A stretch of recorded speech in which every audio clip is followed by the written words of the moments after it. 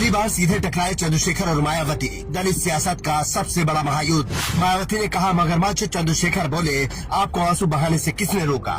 मायावती की नसीहत पर चंद्रशेखर आजाद का करारा जवाब, क्या 10 साल कोर्ट के चक्कर काटे। आजाद की दहाड़ बहन बेटियों की इज्जत लुटती रहे और हम चुप बैठे। उत्तर प्रदेश की सियासत में एक ऐसी लकीर खींच चुकी है जिसे मिटाना मुमकिन नहीं। दशकों तक देश के सबसे बड़े सूबे और दलित समाज की बिना रोक टोक की नेता रही मायावती ने आखिरकार मान लिया है कि उनके गढ़ में कोई सेंध लगा चुका है।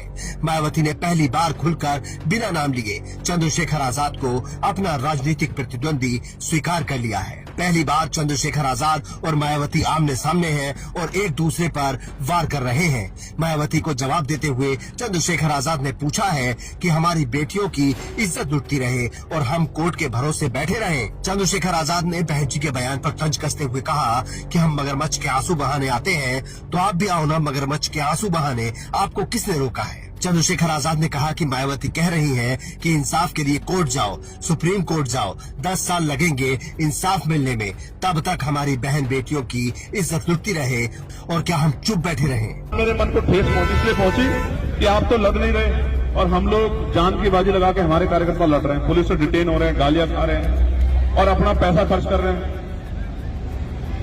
तो वो ये कह रहे हैं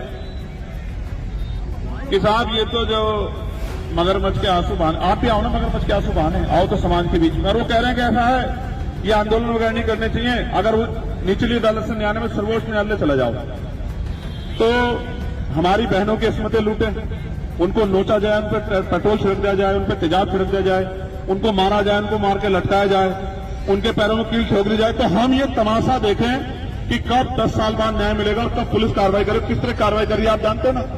तो हम भी हाथ पे आकर के बैठ जाए, न्याय की लड़ाई ना लड़े। और समझते ये वो हमें सिखाना चाहता है, ये नहीं सीखना चाहता मैं उनसे। मैं तो उनका सम्मान करता हूं, हमेशा करूंगा, लेकिन आज उन्होंने मेरे मन को ठेस पहुंचाई है।